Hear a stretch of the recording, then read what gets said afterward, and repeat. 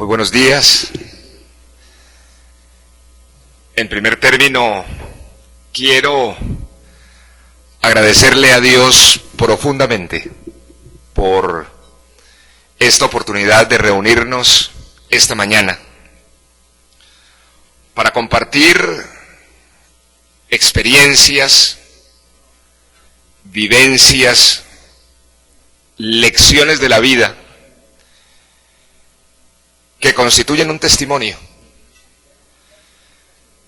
Quiero saludar y agradecerles a todos los miembros de la Fundación Maranata por la generosidad enorme de esta invitación. Gracias al doctor Salinas, gracias a nuestro hermano Rafael Afanador. Saludo también profundamente a nuestro pastor Héctor Pardo por su presencia y por su amistad de siempre.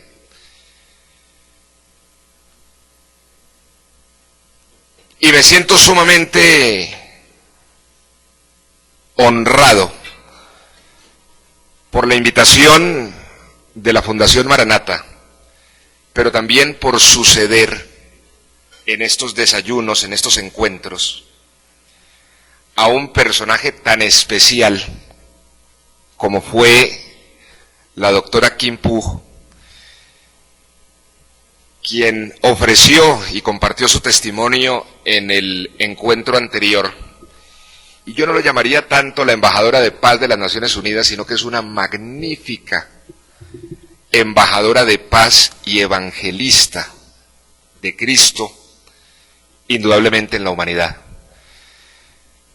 Pocas veces me ha conmovido tanto la diafanidad, la valentía y la belleza de un testimonio como el que pudimos ver la vez pasada en el recuento de esta vietnamita que atravesó una guerra y logró sembrar en su corazón ese principio y ese fundamento de perdón y de amor que tanto necesitamos en Colombia y en todos los países del mundo.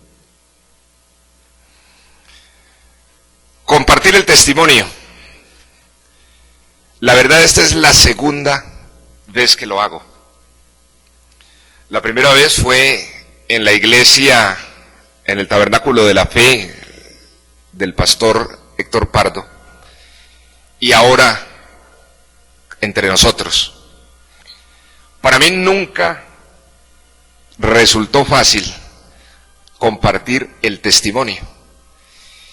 Y la verdad es de los intentos más perseverantes de los últimos años, entre otras cosas por la insistencia de Vivian, que me viene diciendo desde hace años: Carlos, el testimonio, hay que trabajar el testimonio. El testimonio es uno de los ejercicios del cristiano más importantes.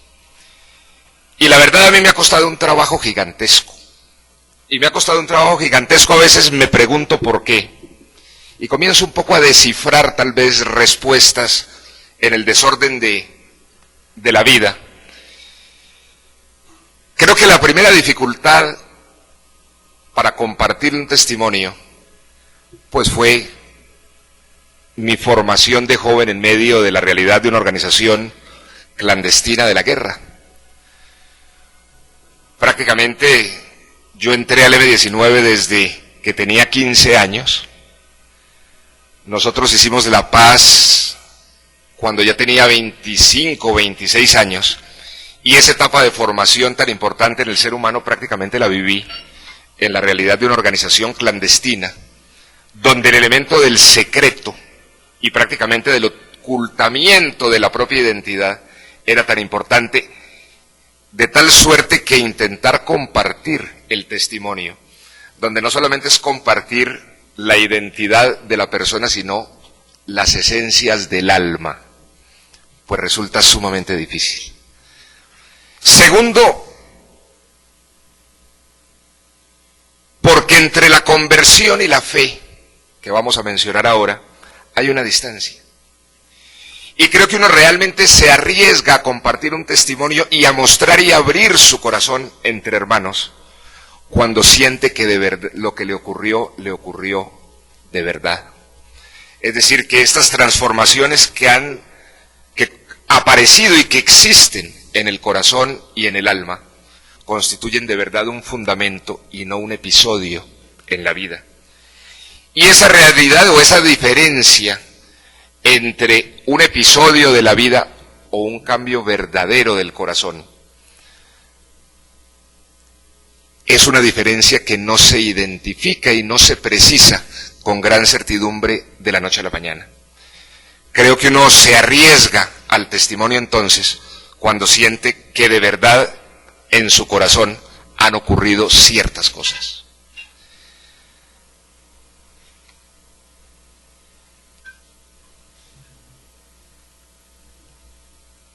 Es también importante, es decir, identifico también en la posibilidad de compartir el testimonio, haber podido descifrar el significado del testimonio. Siempre peleé y tal vez confundí la idea de que el testimonio era la elaboración de una autobiografía. Casi que era como recoger la experiencia propia, convertirla en libro, en exposición, en conferencia, y exponérselas a las demás personas. Ese ejercicio no me interesaba, no me interesa. Creo que ni mi vida es muy interesante como para volverla una biografía, mucho menos escrita por su propio autor. Y creo que mi vida tampoco significa un ejemplo para los demás, de tal suerte que le encontraba poco valor a compartir una autobiografía de Carlos Alonso Lucio. Pero cuando encontré el significado de lo que es el testimonio, me pareció que podría comenzar a tener algún interés y alguna importancia. Y es que el testimonio no se trata de contar la vida de una persona por su propio autor, sino que el testimonio es exactamente lo que Cristo, lo que Dios es capaz de hacer en el corazón y en la vida de una persona. Y eso sí merece ser mostrado a los demás, porque allí el protagonista no es el autor de esa biografía, sino Dios Cristo actuando en el corazón de un ser humano y mostrando los resultados de esa presencia y de esa vida nueva en esa persona. Eso sí puede constituir un punto de referencia, un punto a mostrar, un punto a ver y un punto por lo menos a observar.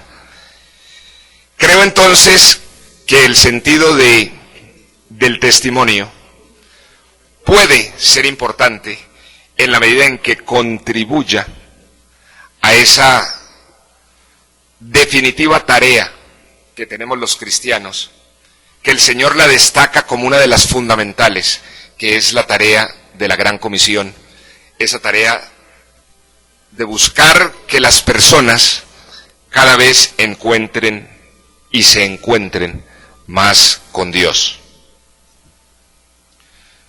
Pero bueno, comencemos algo del testimonio. Nací de una familia colombiana, con la bendición de Dios de ser una familia llena de amor, con unos padres ejemplares, dentro de la realidad de una cultura primordialmente católica que ha venido de la historia de Colombia, y en un país como el nuestro, que ha sido atravesado históricamente por las guerras y por los conflictos. En medio de esa historia de guerras, me encontré siendo muy joven con otra guerra, que fue la guerra que vivió el M-19. Entré en el año 78, en el 79, teniendo apenas 15 años, y viví todas las experiencias de esa vida en el M-19. Viví la primera protagonista de cualquier guerra, que es la realidad de la muerte, la violencia, la sangre. todas sus pasiones, todos sus horrores, todas sus reflexiones, todos sus dolores, todas sus lecciones. Fue una etapa muy intensa de andar montañas, ciudades, el exterior, de compartir y conocer gente con quienes vivimos hermandades, experiencias, amores y lecciones muy profundos. En medio de la búsqueda por buscar una Colombia más justa y más digna, la verdad escogimos un camino doloroso, un camino que nos convenció en su trasegar de que no es a través de la violencia, no es a través de la sangre, no podemos enarbolar la búsqueda de la vida desde un escenario cuyo protagonista mismo es la muerte. Pero lo cierto es que allí formamos buena parte de nuestra personalidad y sembramos unos hechos que significaron en la historia de Colombia. Hicimos la paz en el año 90, después de un proceso de paz frustrado en el año 84 durante el gobierno del presidente Betancur. Finalmente en el año 90, con el presidente Barco, hicimos la paz, firmamos la paz, suscribimos unos acuerdos que cumplimos y que cumplieron. Y eso nos marcó la entrada y el caminar en una etapa distinta, que fue la de la política. Ya en la política formé parte, hicimos la campaña a la constituyente, formé parte de la Comisión Especial Legislativa, llegué al Congreso de la República, a la Cámara de Representantes, al Senado, en fin, diversas actividades propias de la política. Habiendo hecho la paz, pero en medio de la realidad de un país que no ha encontrado su paz. Y no solamente no ha encontrado su paz, porque aún existen protagonistas y conflictos de la violencia sumamente pesados y grandes en el país, sino porque Colombia aún no ha encontrado un corazón de paz.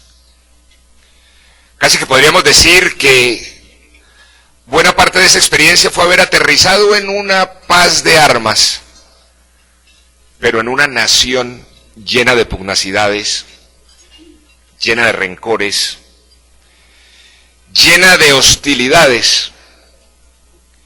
Y en medio de esas hostilidades vivimos en el Congreso de la República debates, peleas, contradicciones que tuvieron al final inclusive expresiones judiciales. En eso entramos en un conflicto con la Corte Suprema de Justicia de la época.